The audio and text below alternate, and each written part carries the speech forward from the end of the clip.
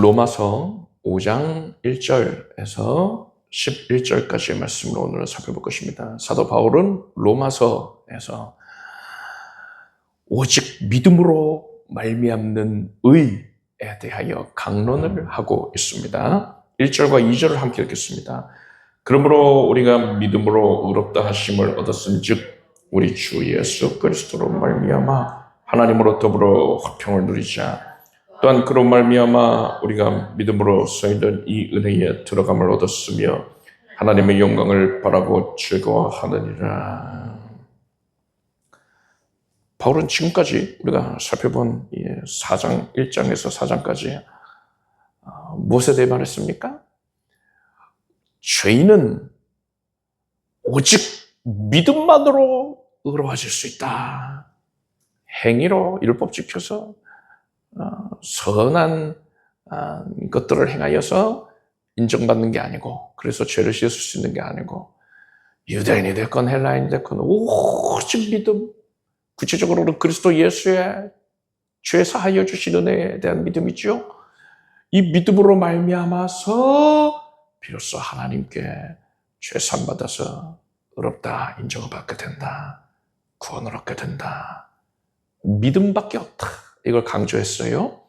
이제 바울이 뭐라고 얘기하느냐? 그렇게 믿음으로 말미암아 의롭게 된 자들은 이제 어떻게 살아야 되느냐? 이걸 말하는 겁니다. 어떤 목적을 가지고 어떤 방향성을 가지고 살아야 하느냐에 대해서 말하고 있어요. 우선 정답부터 말하고 들어가지요. 바울이 로마서에서도 먼저 정답을 제시하고 나서 그것에 대해서 설명을 하지 않았습니까? 저도 정답부터 밝히고 설교를 하겠습니다. 어떻게 살아야 합니까? 믿음으로 의롭된 자는 어떻게 살아야 됩니까? 하나님을 사랑하라는 거예요. 하나님을 사랑하기 힘쓰라. 이게 결론입니다. 하나님께서 죄인들 가운데에 우리를 택하셔서 예수 그리스도의 은혜를 믿는 그 믿음을 주셨거든요. 이 믿음을 주신 이유가 뭘까요? 뭘 원하셔서 하나님께서 우리에게 믿음을 주셨을까요? 단지 우리가 지옥에 가지 않게 하기 위함인 겁니까? 바울은 그게 궁극적인 목적이 아니라는 거예요. 하나님께서는 사람을 왜 지으셨습니까? 제가 노차강좌에 말씀드리지만 사랑의 교제자로 지으신 거예요. 그런데 첫사람 아담이 하나님을 사랑하지 않기를 선택했습니다. 범죄한 것이죠. 이게 원죄입니다. 이런 말미암아 아담의 후손으로 나는 모든 사람들은 단 한 사람도 예외 없이 모두 다 시뻘건 죄인으로 출생하는 겁니다. 아무리 사람들한테 칭송을 받는 성인 군자라 하더라도, 위인적 계실 만한 인물이라 하더라도요, 똑같아요. 다 죄인이에요. 사람이 볼 때나 훌륭하고 더 나쁘고 한 것이지, 하나님 보실 때는요 시뻘건 죄인입니다. 도토리 기적이에요. 갓 태어난 아기는 그러면은 착하지 않을까? 아니에요. 똑같은 죄인이에요. 멸망받을 죄인일 뿐인 것입니다. 그런데 하나님은 절대적으로 선하시고 절대적으로 완벽하고 철저하게 의로우시기 때문에 불의한 죄인을 가까이 하실 수가 없었어요. 용납하실 수가 없었습니다. 그럼 하나님과 사람 사이가 좀 어색해진 겁니까? 그냥 관계가 소원해진 건가요? 그 정도가 아니에요. 사람은 죄로 말미암아 마귀의 소유가 됐기 때문에 하나님을 대적하는 집단 아닙니까? 그래서 사람은 이제 하나님과 원수가 된 겁니다. 절천지 원수가 된 거예요. 생각해 보십시오. 여러분이 어느 나라의 조선시대의 백성이라고 생각해 보세요. 그런데 어쩌다 보니까 왕과 원수지간이 됐어요. 그러면 제대로 살 수 있겠습니까? 왕이 눈에 불을 켜고 모든 조직을 동원을 해가지고 나를 찾아낼 것이고, 내가 붙잡히면 모진 고통을 당하다가 처참하게 죽게 될 것인데, 그 생각하면 잠이 제대로 오겠습니까? 두 발 뻗고 잘 수 있겠습니까? 왕과 원수가 되면 그렇게 불안한 거예요. 왕과 불화하면 괴로운 겁니다. 그런데 우리는 왕이랑 사이가 안 좋은 정도가 아니고요. 하나님과 원수지간이 됐다니까요. 하나님은 한 나라의 왕이 가진 권세와는 비교가 안 될 정도로 지극히 높은 권세를 갖고 계시죠. 온 우주 만물을 권능으로 주권으로 다스리고 계시니까요. 그런데 우리는 그런 하나님과 원수가 됐으니까 우리 영혼이 전전긍긍하는 거예요. 장차 지옥 불구덩이에 던져져서 영원토록 고통을 당해 가니까 너무나 괴로워서 몸부림치고 있는 겁니다. 그런데 예수 그리스도의 대속의 은혜로 말미암아서 우리는 죄사함을 받고 의인이 됐단 말입니다. 바울은 이렇게 의인된 우리들에게 하나님과 불화한 관계를 청산한 우리들에게 이제 네가 어떻게 살아야 하는지를 생각해봐라 이렇게 말을 하고 있는 거예요. 어떻게 살아야 되는 겁니까? 하나님과 원수가 되었던 추악한 죄인일 때에는 도저히 할 수가 없었는데 죄사함 받고 의인이 되니까 비로소 할 수 있게 된 것이 무엇입니까? 바로 하나님과 교제하는 거예요. 바울은 하나님과 교제하는 것을 가리켜서 1절에서 하나님으로 더불어 화평을 누리자 이렇게 말하고 있는 것입니다. 이전에는 하나님과 불화해서 그토록 고통스러워했는데 이제는 하나님과 화평하게 됐으니까 이제는 하나님과 가까워지게 된 그 은혜를 누리면서 살아라 이겁니다. 이것이 바로 하나님께서 우리에게 믿음을 주셔서 구원해 주신 근본적인 이유란 말입니다. 하나님께서 태초에 사람을 창조하셨던 그 목적 그대로예요. 하나님의 뜻은 변한 적이 없어요. 하나님께서 우리에게 원하시는 바가 변한 적이 없단 말입니다. 우리가 죄사함 받아서 의인이 되었으면 이제는 하나님을 사랑하면서 하나님과의 교제에 전념하는 것, 이것을 하나님께서 우리에게 원하신다라는 겁니다. 2절을 보니까 그런 말미암아, 그러니까 예수로 말미암아 우리가 믿음으로 서 있는 이 은혜에 들어감을 얻었으며 라고 했습니다. 은혜로 들어갈 수 있게 됐다 했어요. 예수님으로 말미암아 우리가 하나님께 가까이 나아갈 수 있는 그런 은혜를 누리게 됐다는 겁니다. 은혜로 들어간다라는 것은 이런 의미를 가지고 있어요. 예루살렘 성전의 성소 안에는요, 가장 깊은 곳을 지성소라고 합니다. 성소와 지성소 사이는 칸막이로 분리가 되어 있어요. 칸막이가 뭐냐면 휘장입니다. 휘장. 커튼이에요. 그 길이가 어느 정도냐면 너비가 9m가량이 되고 높이가 18m에 이릅니다. 그러니까 2대1의 비율이죠. 어마어마한 크기입니다. 그런데 이 휘장의 두께가 어느 정도냐. 손바닥만 했다 해요. 그러니까 어른 주먹만한 두께였다 합니다. 그렇게 커튼을 두껍게 만들어서요. 무게만 엄청나겠죠. 그래서 성전을 새로 짓는다거나, 그러니까 뭐 무너진 성전이 침략받아서 없어졌으면 다시 짓잖아요. 뭐 그런 경우에 휘장을 다시 달아야 되잖아요. 휘장 달 때에 기록에 의하면 제사장 300명이 동원이 되어 있다고요. 너무하게 무거우니까 뭐 한두 명의 힘으로 못하는 거예요. 300명이 동원돼서 영차 해가지고서는 비로소 걸 수가 있는 겁니다. 왜 이렇게 무겁게 만들었느냐?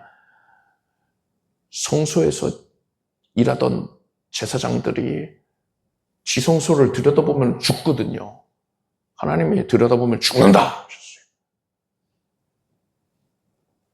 그래서 우연찮게라도 만약에 바깥에서 바람이 세게 불어 들어와가지고 태풍 올 수도 있잖아요. 바람이 바깥에서 만약에 불어 들어와서 성소 안에 바람이 일렁이다가 휘장을 쳤는데 휘장이 펄럭인다면은 그 안에가 보이면 어떻게 되는 거예요? 거기 있는 제사장들, 그 보온 제사장들 다 죽는 거예요. 그런 일이 없게 하려고 지극히 두껍게 만든 겁니다. 이 두꺼운 휘장이 바로 성소와 지성소를 구분짓는 것인데, 지성소는 하나님께서 임재하시는 처소란 말이에요. 그래서 성소와 지성소를 엄격하게 구분짓는 이 휘장은 사람이 절대로 하나님께로 나아가지 못한다 라는 영적인 의미를 갖고 있는 겁니다. 하나님과 사람은 명확하게 구별이 되어 있다. 사람이 이것을 넘어설 수 없다. 넘어서려 하면 멸망당한다. 그죠? 그랬는데 여러분, 놀라운 일이 벌어집니다. 예수께서 십자가에 달려서 숨을 거두실 때에, 그때의 기록을 보니까, 마가복음 15장을 보니까 예수께서 큰 소리를 지르시고 운명하시다. 이에 성소 휘장이 위로부터 아래까지 찢어져 줄이 되리라 했습니다. 그 커다란 휘장이요, 뭐 옆에 조금 잘린 게 아니라 절반이 그냥 위에서부터 아래로 두 동강이 난 겁니다. 그래서 매달려 있었던 휘장이 땅으로 꺼졌을 거예요. 양쪽으로 벌어지면서 확 꺼졌을 겁니다. 그래서 그 안에가, 지성소 안에가 훤히 들여다보이는 거예요. 이때 당시에 성소에서 일하고 있었던 제사장들이 그 진설병 떡도 새로운 것으로, 뜨끈뜨끈한 떡으로 다시 갖다 놓고, 7등대에 기름을 갈고 심지도 갈고 분향단에 금향로에 향도 다시 갈아놓고 하는 일을 합니다. 그런 일을 하고 있는데 휘장이 쭉 찢어져서 벌럭하면서 안에가 훤히 들여다보는 거예요. 아니, 칼로 해도 찢어지지가 않는 휘장인데 어떻게 이 거대한 휘장 위에서 아래로 쭉 찢어지느냐. 사색이 됐을 거예요. 제사장들이 다 그 자리에서 땅에 엎드리지 않았겠습니까? 고개를 들지 못하고, 아이고, 난 이제 죽었구나, 이렇게 죽는구나 하고서는 벌벌벌 떨고 있을 텐데, 시간이 지나도요, 살아있는 것 같아요. 서로 얼굴을 보니까 다 살아있어요. 이게 어떻게 된 일이냐 하고서는 고개를 들어보니까 지성소는 그대로 열려 있잖아요. 지성소를 봐도 안 죽어요. 이 사건에 대해서 히브리서 기자가 이렇게 말합니다. 그러므로 형제들아, 우리가 예수의 피를 힘입어 성소에 들어갈, 그러니까 지성소죠. 지성소에 들어갈 담력을 얻었나니 그 길은 우리를 위하여 휘장 가운데로 열어놓으신 새롭고 산 길이요, 휘장은 곧 저의 육체니라. 무슨 말씀입니까? 예수께서 대속의 죽음을 당하심으로 말미암아서 예수님을 믿는 죄인들이 죄사함을 받고 이제 비로소 하나님께로 가까이 나아가서 섬길 수 있는 길이 열리게 됐다는 겁니다.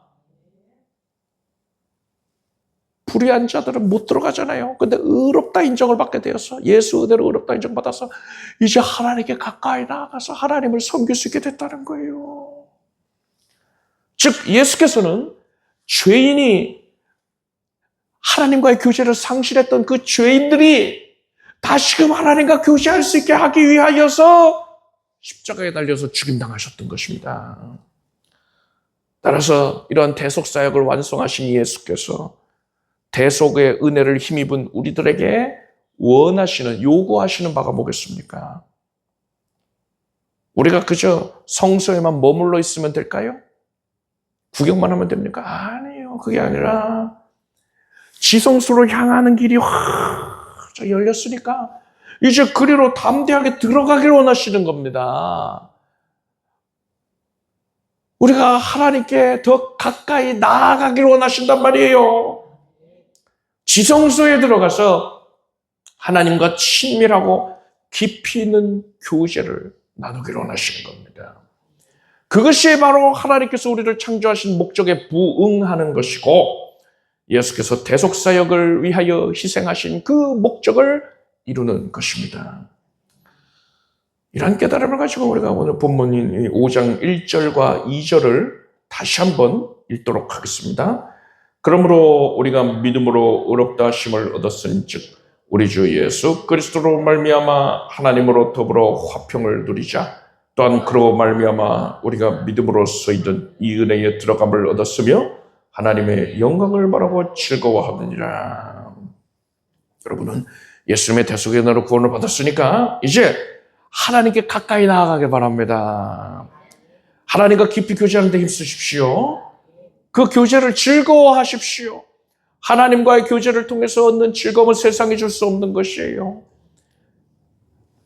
지극히 신령하고 모든 것을 압도하는 참된 기쁨인 것입니다.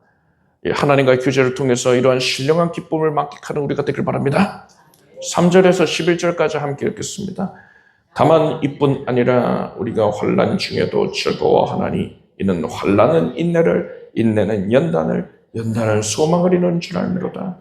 소망이 부끄럽게 아니함은 우리에게 주신 성령으로 말미암아 하나님의 사랑이 우리 마음에 부음받음이니 우리가 아직 연약할 때에 기약대로 그리스도께서 경건치 않은 자를 위하여 죽으셨도다. 의인을 위하여 죽는 자가 쉽지 않고 선인을 위하여 용감히 죽는 자가 혹 있거니와 우리가 아직 죄인 되었을 때에 그리스도께서 우리를 위하여 죽으심으로 하나님께서 우리에게 대한 자기의 사랑을 확증하셨느니라.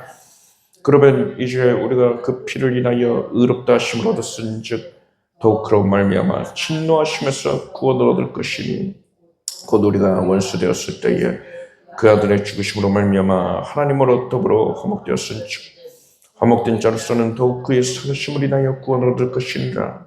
이뿐 아니라 이제 우리로 화목을 얻게 하신 우리 주 예수 그리스도로 말미암아 하나님 안에서 또한 즐거워하느니라. 바울은 환난은 인내를, 인내는 연단을, 연단은 소망을 이루는 줄 알미로다 했어요. 매우 유명한 구절이지요. 성도님들이 자주 암송하고 또 어려움 가운데에서도 이 말씀을 통해서 위로를 얻고 있습니다. 환난이란 괴로운 거잖아요. 그런데 어떻게 그것이 소망으로 이어지게 되는 것입니까? 항상 문맥을 통해서 이해하면 돼요. 엉뚱하게 자기 생각으로 해석하려면 안 되고요. 바울이 지금 어떤 방향성을 가지고 내용을 전개하고 있는가, 이 문맥을 파악하면 정확한 해석이 가능하단 말이죠. 3절에 보면은 환난 중에도 즐거워하나니 라고 했어요. 지금 바울이 같은 말하고 있는 겁니다. 앞에서 살펴본 내용이랑. 2절에서 바울이 믿음으로 의로워져서 하나님과 교제를 나누게 돼서 즐거워한다 했거든요. 그리고 바로 이어지는 3절에서도 즐겁다 이러고 있어요. 그냥 동일한 선상에서 같은 내용을 말하고 있는, 유사한 내용을 말하고 있는 겁니다. 믿음으로 의롭다 한 자는 이제 하나님과의 교제를 즐거이 여기며 그 속에서 살아라 하면서 여기에 더해서 말하건대 그것이 바로 다만 이뿐 아니라 이렇게 얘기한 것이요. 여기에 더해서 내가 얘기해 줄게.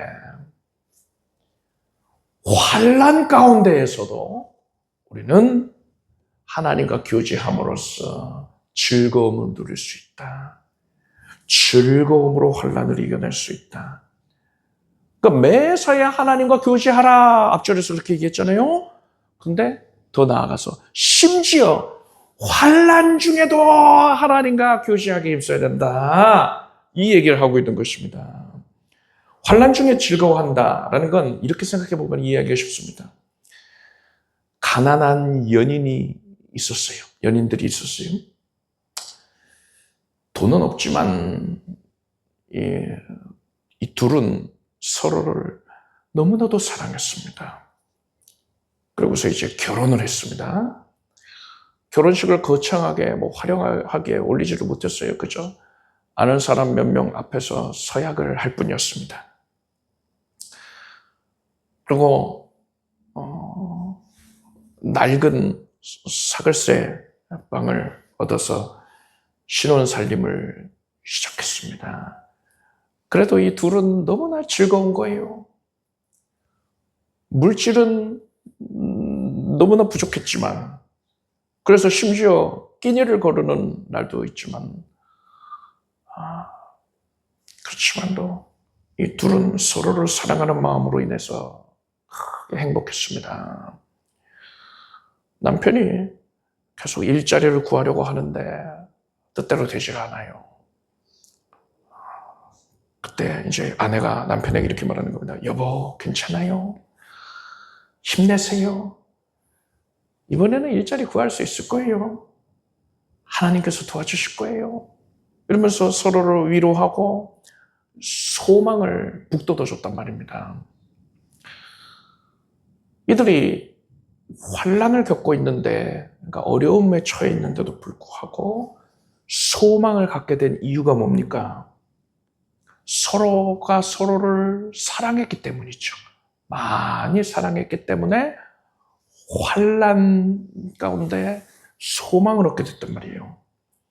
만약에 이들에게 사랑하는 마음이 없었으면 어떤 모습을 보였을까요? 소망에 이르지 못했을 겁니다. 어이구, 내 팔자야. 당신이 무능해서 이러는 거 아니냐. 굶어 죽게 생겼구나. 내가 이런 무능한 사람이랑 결혼을 하다니. 그래서 불평할 것이고, 둘 다 낙담하고 절망했을 거예요. 우리의 삶도 마찬가지입니다. 우리가 환난을 겪을 때에 하나님이 함께 하신다면, 나를 지극히 사랑하는 하나님, 그분이 나와 함께하고 계시면요.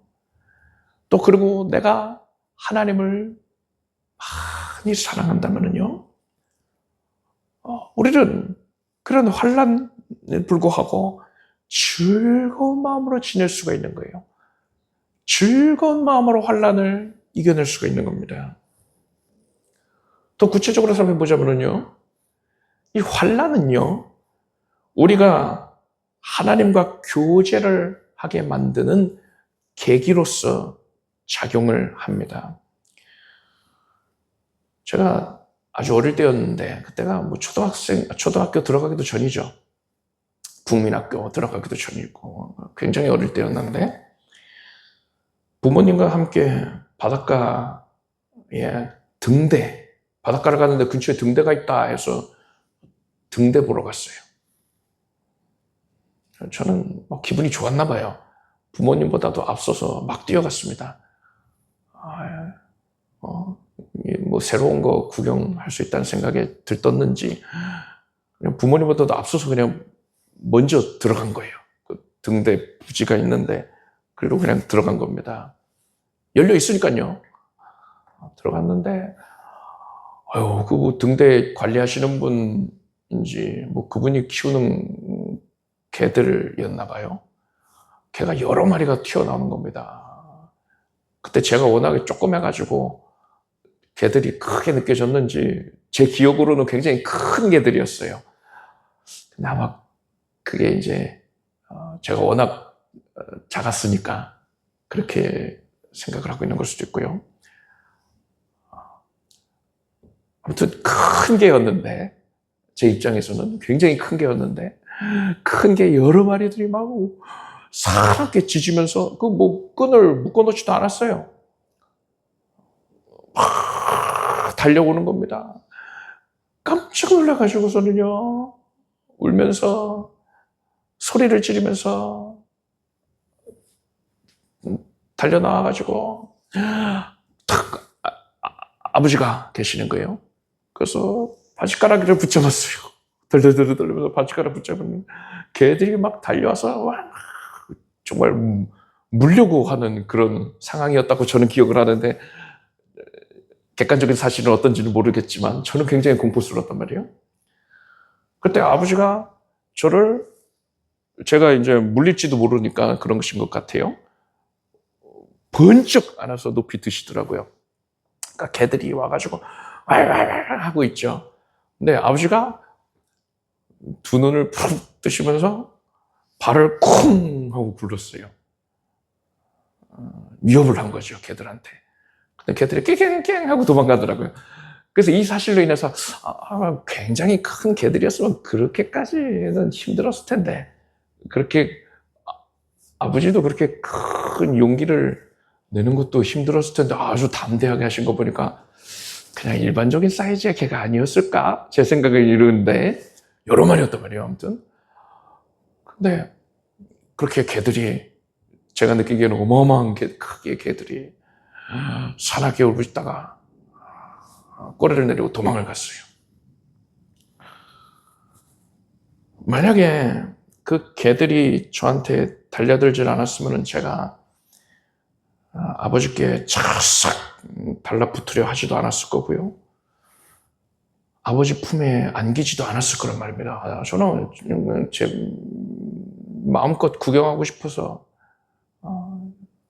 손 붙잡으려고 하는 것도 뿌리치고서는 여기저기 돌아다니고 있었으니까요. 사나운 개들이 달려들었기 때문에 아버지께 안긴 거지요. 우리가 세상 가운데서 그저 평안히 지내고 있다면요, 우리는 세상 일에 골몰하면서 세상 즐거움에 취해서 하나님과 교제하는 데는 관심을 갖지 않을 겁니다. 그러다가 환난을 겪으니까 비로소 우리는 하나님 앞에 무릎을 꿇고 하나님의 위로와 사랑을 갈망하게 되는 거예요. 그제서야 하나님께 비로소 달려와서 품에 안기고 교제에 집중하게 되는 거죠. 오늘 본문에서 바울은 환난은 인내를 낳는다 했어요. 여기서 인내라는 것은 고통을 억지로 참는 그런 모습을 얘기하는 게 아닙니다.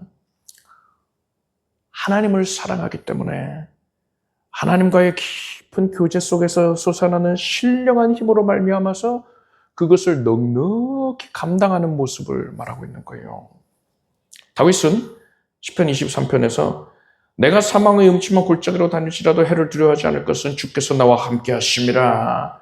주의 지팡이와 막대기가 나를 아니하시나이다 라고 했어요. 우리는 하나님과 교제함으로써 환난을 넉넉히 감당하게 되는 겁니다. 하나님과 교제에 집중하면 할수록, 전념하면 할수록 환난을 이길 힘을 더 넘치게 공급받게 되는 것입니다. 고린도전서 13장에서 사랑은 오래 참는다 했잖아요. 우리가 하나님을 향한 사랑이 깊으면, 그래서 하나님과 교제가 충만하게 되면 우리는 인내할 수 있게 되는 것입니다. 그리고 우리는 그러한 환난을 인내함으로써 욥의 신앙이 정금과 같이 변화되었던 것처럼 우리의 신앙도 정금과 같이 연단이 되는 것이고요. 그래서 소망에 이르게 된다 할 수 있어요. 바울은 이 소망에 대해서 5절을 보니까 소망이 부끄럽게 아니함은 우리에게 주신 성령으로 말미암아 하나님의 사랑이 우리 마음에 부음받음이니라고 했습니다. 앞에서 연인들이 사랑함으로써 환난 중에 소망을 얻는다 했잖아요. 이렇듯 사람과 사람 간의 사랑을 통해서도 소망을 얻게 됩니다. 환난 중에 소망을 얻게 돼요. 그런데 여러분, 사람과의 사랑을 통하여서도 환난을 얻을진데 하나님과의 사랑을 통해서는 지극히 풍성한 소망을 얻는 것이 당연하지 않겠습니까? 6절 이하의 내용을 보면은요, 바울은 그러한 하나님의 사랑이 얼마나 위대한지, 그 양이 얼마나 풍성한지에 대해 말하고 있어요. 우리가 추악한 죄인인데도 불구하고 하나님이 우리를 사랑하셨어요. 우리가 훌륭한 모습이 있어서 사랑하신 게 아니라 너무나도 더러운 죄인인데 그런데도 불구하고 우리를 사랑하셔서 우리를 살려내기 위하여서 생명을 내어주셨단 말입니다. 연인 간에 아무리 서로를 지극히 사랑한다 하더라도 하나님께서 우리를 향하신 그 사랑을 능가할 수는 없습니다. 하나님의 사랑은 무한한 것이고 우리가 아직 죄인 되었을 때에 우리를 위하여 십자가에서 생명 내어주심으로 말미암아 그 사랑을 증명해 주셨습니다. 이렇듯 하나님의 사랑은 무한합니다. 이 사실만으로도 우리는 소망을 잃지 아니할 수 있는데 여기에 더해서요, 여러분. 앞에서 말했던 그 가난한 연인들, 그들은 힘이 없고 연약하잖아요. 그들이 서로 사랑하는 중에 간절히 원하는 바, 이루고자 하는 바가 있다 하더라도 그들이 연약하기 때문에 이루어지지 않을 수도 있어요. 그럼에도 불구하고 이들은 사랑으로 말미암아 힘겹게 소망을 불어넣고 있지 않습니까? 그런데 여러분, 우리가 교제하는 대상은 누굽니까? 연약한 사람이 아니고요. 전능하신 창조자, 절대주권자, 유일하신 신이신 하나님이신 겁니다. 모든 것이 가능한 분이세요. 그리고 한번 약속하신 바는 무슨 일이 있어도 이루어 주시는 신실한 분이십니다. 지극히 선하시지요. 앞에서는 우리를 압도적으로 사랑하신다 했는데 전능하시지요, 신실하시지요, 선하시지요. 그래서 하나님께서 우리에게 말씀하신 바는 반드시 성취가 된단 말입니다. 그렇기 때문에 우리는 무엇을 확신할 수 있습니까? 하나님을 사랑하는 자, 곧 그 뜻대로 부르심으로 입은 자들에게는 모든 것이 합력하여 선을 이루느니라. 우리가 하나님을 사랑해서 하나님과 교제하기 힘쓸 때에 하나님께서 우리에게 약속하신 모든 것이 반드시 선하게 성취될 것을 우리는 확실히 믿을 수 있고, 이로 말미암아 흔들리지 않는 소망을 가질 수 있게 되는 것입니다. 그래서 5절의 말씀처럼 우리가 가진 소망이 부끄러움을 당하지 않게 되는 것입니다. 이렇듯 하나님께서 우리를 지극히 사랑하시고 하나님은 전능하시기 때문에 우리가 환난 중에 소망을 얻게 되지요. 이거는요, 단지 정신승리하는 게 아닙니다. 우리는 이러한 내용들로 인하여서 궁극적인 선에 도달할 것이다. 지금은 사망의 음식물자를 지나고 있지만 푸른 초장 실만한 물가에 곧 당도할 것이다. 라는 것이 너무나 확실한 증거가 이렇게 충분하기 때문에 우리는 믿음을 갖게 되는 것이고, 그 믿음의 근거에서 소망을 갖는 것입니다. 자, 오늘 우리가 살펴본 내용을 정리하면 뭡니까? 바울은요, 오직 믿음으로 말미암아 죄인이 의롭게 된다 말을 했고요. 4장까지요. 그리고 이제는 믿음으로 말미암아 의롭게 됐으니까 이제 어떻게 살래? 어떻게 살아야 할까? 이거에 대해서 말하고 있는 거예요. 그 답이 뭡니까? 하나님과 교제하기 힘써야 된다는 겁니다. 어떤 상황에서건 간에, 심지어 환난을 당할 때에도 하나님을 사랑해서 하나님과 교제하기에 전념하라. 이렇게 우리에게 교훈하고 있는 것입니다. 이제 여러분은 모든 상황에서 삶의 매 순간에 오직 하나님을 사랑하기 힘쓰기 바랍니다. 여러분은 믿음으로 말미암아 의롭게 된 자들입니다. 이제 하나님을 사랑하고 하나님과의 교제에 전념 집중하게 되기를 바랍니다. 그래서 하나님과의 교제의 깊이가 더하여지고 겪고 있던 모든 어려움들까지도 환난이 변하여서 복이 되는 그런 은총 누리게 되길 바랍니다. 기도하겠습니다. 하나님, 사랑하는 하나님, 예수 그리스도께서 하나님과의 교제를 우리가 이룰 수 있도록 우리를 구원해 주셨나이다.